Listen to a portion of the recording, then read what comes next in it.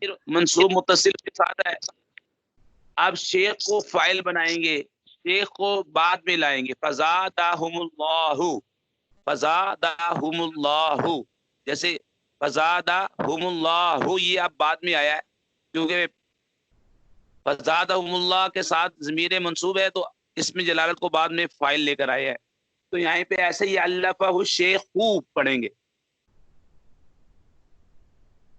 یہ آپ قاعدہ یاد کر لیں بار بار کہ ضمیر منصوب متصل کے بعد فاعل آتا ہے. اب علف الشیخ الامام افضل العلماء الانامی عبد الطاہر ابن عبد الرحمن ارجلجانی, بس. اب اس کو سمجھ لیں, ترکیب سمجھیں گے تو یہ اعراب آ جائیں گے. علم فعل امر ہے, ابھی آپ نے پڑھا ہے کہ فعل امر حاضر کیا ہوتا ہے, مبنی ہوتا ہے. بس انہی باتوں کا اجرا کرنا ہے. بس یہ فعل ہو گیا. اس کے اندر انتا ضمیر جو ہوتی ہے وجوباً پوشیدہ ہوتی ہے, اور تمام ضمائر آپ نے پڑھا ہے کہ مبنی ہوتے ہیں. وہ اس کا فاعل, فعل کے بعد ہم دیکھتے ہیں فاعل. اب اس کے اندر پوشیدہ ضمیر جو ہے وہ فاعل بنے گی. اس کے بعد ہے انا. علم کے بعد جو ہے انا نہیں پڑھتے, انا پڑھتے ہیں, اور یہ انا حروف مشبہ بالفعل ہے, اور انا کیا ہے, مبنی. یعنی کہ جتنے بھی حروف ہیں یہ مبنی ہوتے ہیں, بھی آپ نے پڑھے ہیں. ٹھیک ہے. آگے ہے العوامل, عامل کی جمع ہے عوامل, اور عوامل کیا ابھی آپ نے پڑھا ہے, مورب باللام ہے یا نہیں ہے؟ ہاں بولتے رہے میرے ساتھ تاکہ مجھے پتہ لگے آپ کو پتہ لگ رہا ہے. جو باتیں میں نے بولی ہیں یہ سب سمجھ میں آ گئی, بالکل کلیئر ہوگی, اس میں کوئی اشکال تو نہیں؟ ہاں. العوامل جو ہے مورب اللام ہے. اب معرفہ ہے, معرفہ کی کتنی قسمیں تھی؟ 7 قسمیں ہے نا. ضمیر, اسم علم, اسم اشارہ, اسم موصول, مورب اللام, مورب ندا, مورب اضافت وغیرہ. ٹھیک ہے. اب یہ ہے مورب اللام. اب قاعدہ یہ ہے اگر مورب اللام کے بعد جار مجرور آ جائے تو اس کو مورب اللام کو ذوالحال اور ما بعد کو کسی کے متعلق کر کے حال بنائیں گے. قاعدہ سمجھ میں آیا نہیں آیا؟ اگر مورب باللام کے بعد جار مجرور آ جائے تو مورب باللام کو ذوالحال بنائیں گے, اس کے ما بعد اس کو متعلق بنائیں گے. ہاں, کسی کا مطالعہ کر کے ظرف مستقر کر کے اب اس کا نکالیں گے کیونکہ عوامل ہے.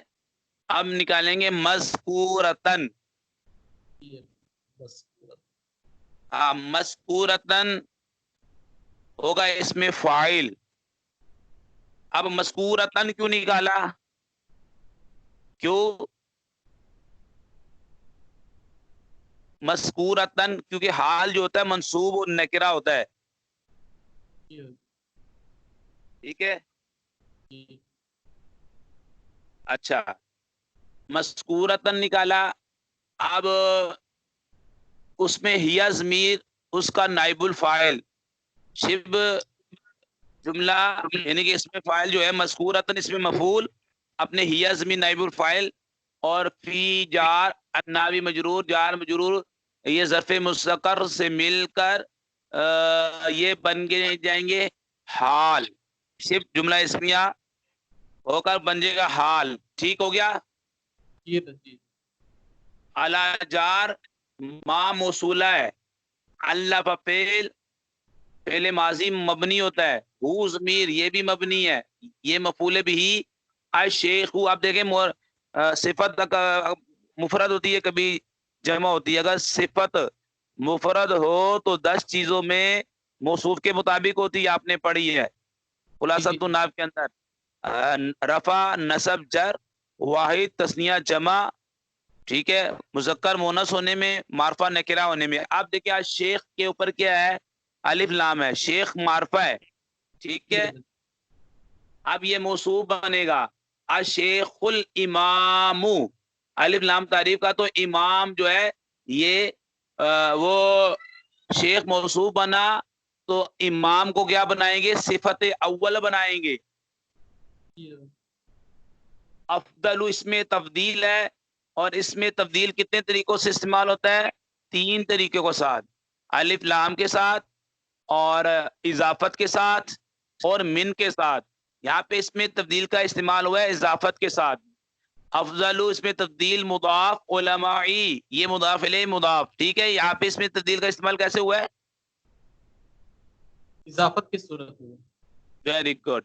علماء جو ہے، اب یہ علماء کے اوپر دیکھیں الف لام نہیں ہے اور تنوین بھی نہیں ہے. اور آپ کو قاعدہ یاد آنا چاہیے کہ مضاف کے اوپر جو ہے نا، مضاف کے اوپر الف لام نہیں آتا، تنوین بھی نہیں آتی. ٹھیک ہے، جی تو اب قاعدہ کیا سمجھ میں آ رہا ہے کہ یہ علماء افضل کے لیے کیا بن رہا ہے؟ مضاف علیہ. لیکن انعام کے لیے یہ مضاف بن رہا ہے. جی ہاں بھائی، وہ قاعدے یاد رکھو گے تو عبارت پڑھی جائے گی، ایک ایک عبارت سمجھ میں آ جائے گی انشاءاللہ. بالکل. افضل مضاف، علمائی مضاف الیہ مضاف، اور الانعام مضاف الیہ.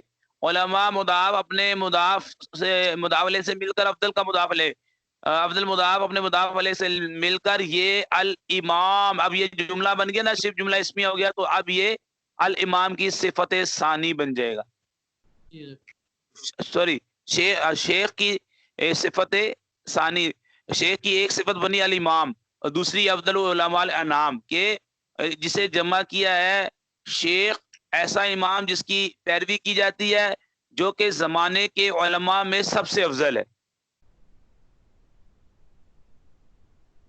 بھائی بالکل سمجھ میں آ رہی ہے؟ کوئی بات اس میں ابہام والی تو نہیں کر رہا میں؟ یہ سمجھ میں آ رہا ہے. اچھا، اب کیا ہوا؟ شیخ الامام، شیخ موصوف اپنی دونوں صفات سے مل کر بنے گا مبدل من.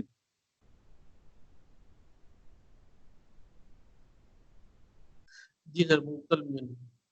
جی، مبدل من بن جائے گا. ٹھیک ہے جناب. جی جی جی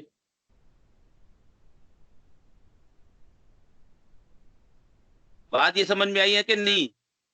جی سر، اب کی بات سمجھ میں آ رہی ہے. ہاں، اب شاید معلوم ہے آپ نے پڑھا تھا خلاصۃ النحو کے اندر، جس دوسرے لفظ کو پہلے لفظ کا اعراب دیا گیا اسے تابع، اور اس پہلے لفظ کو مطبوع کہتے ہیں. جاء رجل عالم. اب دیکھو نا، جاء رجل عالم. اب یہی وہی مثال ہے. الفا شیخ، پہلے کیا لے کر آئے ہیں؟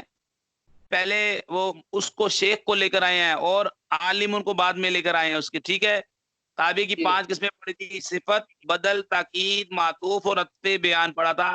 اس میں آپ نے ایک پڑھا تھا بدل. ٹھیک ہے، جو تابع نسبت میں مقصود ہو اور مطبوع صرف تمہیدن لایا گیا اسے بدل کہتے ہیں، اور بدل کے مطبوع کو مبدل من کہتے ہیں. اب یہ ہے مطبوع.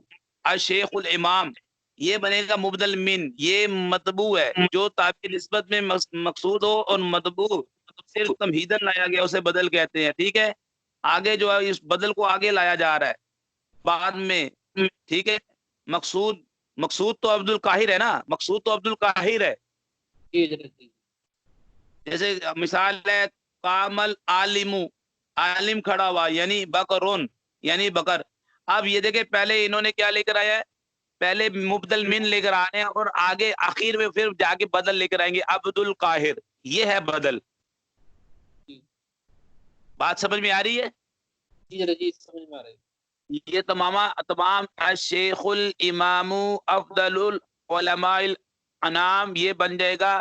میں نے اس کی ساری ترکیب کر دی ہے، بن گیا مبدل من عبدل.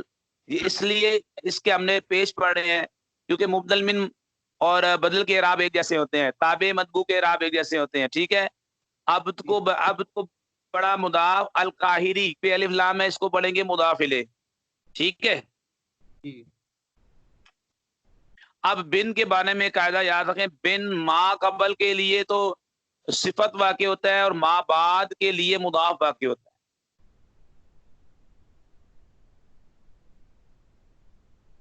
بن جو ہے، بن اگر 2 علام کے درمیان آ جائے نا، 2 علام کے درمیان، تو ما قبل کے لیے صفت، ما بعد کے لیے مضاف.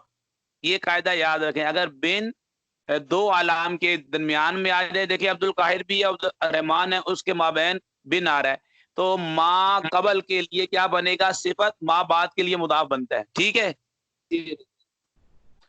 عبدو مضاف, قاہری مضاف الیہ, اور اچھا یہ بن گیا. اس کو آپ عبد القاہر کو اس کو بنا لے موصوف, بن کو بنائے صفت, بن پھر مضاف بنے گا عبد مضاف, الرحمن مضاف علیہ, مضاف اپنے مضاف علیہ سے لے کے بن کا مضاف علیہ, بن اپنے مضاف علیہ سے مل کر یہ بن جائے گا صفت عبد کی.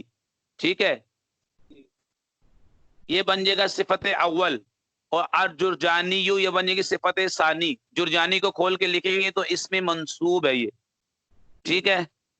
یہ مفعول کے حکم میں ہوتی ہے, اس میں ہوا زمین نائب الفاعل ہوگا, وہ شب جملہ اس میں ہو کر یہ بن جائے گی صفت ثانی.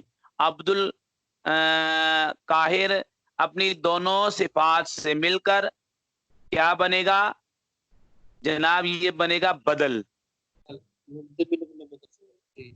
ہاں, مبدل من بدل سے مل کر, پیچھے کیونکہ فعل تھا, فعل کے لیے فاعل ہوتا ہے, فاعل نہیں تھا, مفعول تھا ہمارے پاس, تو اس کو بنا لیں گے مفعول. سوری, اس کو بنائیں گے فاعل. مبدل من فاعل بن جائے گا. اچھا, فعل الفا, فعل ضمیر مفعول, اور اپنے مبدل من فاعل سے مل کر جملہ فعلیہ خبریہ ہو کر بنے گا ما موصولہ تھا, تو ما موصولہ کے بعد صلہ ہوتا ہے, یہ اس کا صلہ بن جائے گا. ما موصولہ اپنے صلے سے مل کے آگے جار الا کھڑا ہوا تھا, جار کے لیے مجرور, جار اپنے مجرور سے مل کر ظرف لفظ مذکور اتن کے متعلق کر دیں. علم فعل اور ان تضمین فاعل.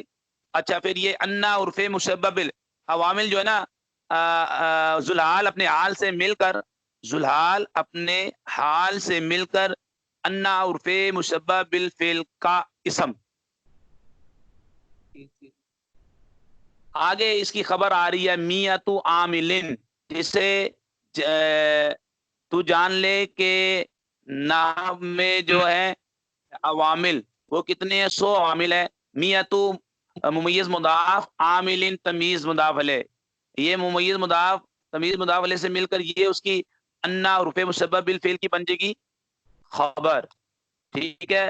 عرف مشبہ بالفعل اپنے اسم و خبر سے مل کر علم کا مفعول, علم فعل اپنے فاعل اور مفعول سے مل کر جملہ فعلیہ انشائیہ ہوا. آگے جو ہے نا یہ سقى اللہ سراہ وجعل جنت مثواہ, یہ جملہ معترضہ ہے بیچ میں.